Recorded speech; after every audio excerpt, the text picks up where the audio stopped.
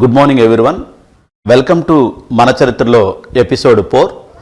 So ఈరోజు మనం సామవేద గురించి తెలుసుకుందాం. మనం లాస్ట్ క్లాస్లో ఋగ్వేద యజుర్వేద గురించి తెలుసుకున్నాం. ఈరోజు మనం సామవేద గురించి తెలుసుకుందాం. సామ అంటే మ్యూజిక్, వేద అంటే నాలెడ్జ్. అంటే మనకి ఈ సామవేద దేని గురించి చెప్తుందంటే మ్యూజిక్కి సంబంధించిన నాలెడ్జ్ గురించి, అంటే సంగీతంకి సంబంధించినటువంటి జ్ఞానం గురించి చెప్పేది సామవేద. అయితే సామవేదాలో మనం చూసినట్టయితే ఇందులో మనకి ట్యూన్స్ ఉంటాయి, రాగాలు, కీర్తనలు ఉంటాయి.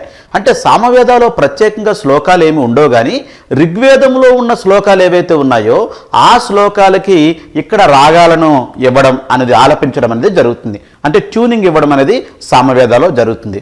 ఒక విధంగా మనం చెప్పాలంటే ఈరోజు మనకి భారతదేశంలో మనకి మ్యూజిక్ చూసుకున్నట్టయితే మనకి 2 రకాలైనటువంటి సంగీతం ఉంది. మొదటగా మనకి ఉత్తర భారతదేశంలో మనకి హిందుస్థానీ సంగీతం, అలాగే దక్షిణ భారతదేశంలో మనకి కర్ణాటక సంగీత్ అండ్ కర్ణాటక మ్యూజిక్ అని మనం చెప్తాం.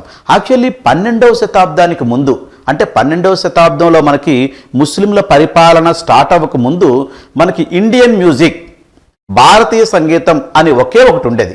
ఆ భారతీయ సంగీతం నుంచే మనకి ఈ హిందుస్థానీ సంగీతం, ఈ కర్ణాటక సంగీతం అనేవి పుట్టుకొచ్చాయి. అంటే ఈ భారతీయ సంగీతం ఎక్కువగా ఈ ముస్లింల రాకతో వచ్చినటువంటి పర్షియన్ సంగీతంతో మేళవించి హిందుస్థానీ సంగీతంగా మారింది. ఎందుకంటే ఎక్కువగా ఈ ముస్లిం పరిపాలకులు ఉత్తర భారతదేశంలో పరిపాలించారు. సో ఈ పర్షియన్ సంగీతం తాలూకా ప్రాబల్యం అంటే ఇన్ఫ్లుయెన్స్ మనకు దక్షిణ భారతదేశంలో తక్కువగా ఉండడం వల్ల ఎక్కువగా పర్షియన్ ప్రభావం మన భారతీయ సంగీతంపై పడలేదు. ఆ సంగీతం మనం ఇక్కడ దక్షిణ భారతదేశంలో కర్ణాటక సంగీతంగా చెప్తాం. అయితే మీరు హిందుస్థానీ సంగీతాన్ని, కర్ణాటక సంగీతాన్ని వింటే మీకు ఒక విషయం తెలుస్తుంది. హిందుస్థానీ సంగీతం కొంచెం ఎమోషనల్గా ఉంటుంది, భావోద్వేగంగా. సో ఎందుకంటే అది పర్షియన్ సంగీతంతో ఎక్కువగా ఇన్ఫ్లుయెన్స్ అయింది కాబట్టి. మనకి కర్ణాటక సంగీత్ మనం చూసుకుంటే ఇది స్పిరిచువల్గా ఉంటుంది. మనం టెంపుల్లోకి వెళ్ళినప్పుడు మనకి కర్ణాటక సంగీతం మనం విన్నప్పుడు మనకి అర్థమవుతుంది, ఎందుకంటే స్పిరిచువాలిటీ, ఆధ్యాత్మికత ఎక్కువ ఉంటుంది. అయితే మనకి ఈ 2 సంగీతాలు ఎక్కడి నుంచి వచ్చాయి? మనకి భారతీయ సంగీతం అంటే 12వ శతాబ్దానికి ముందు, అంటే క్రీస్తు శకం 12వ శతాబ్దానికి ముందు భారతీయ సంగీతంగా ఉండేవి. ఈ భారతీయ సంగీతానికి మూలాలు ఎక్కడి నుంచి వచ్చాయంటే సామవేద నుంచి వచ్చాయి. సో ఇది మనం గుర్తుంచుకోవాల్సిన పాయింట్.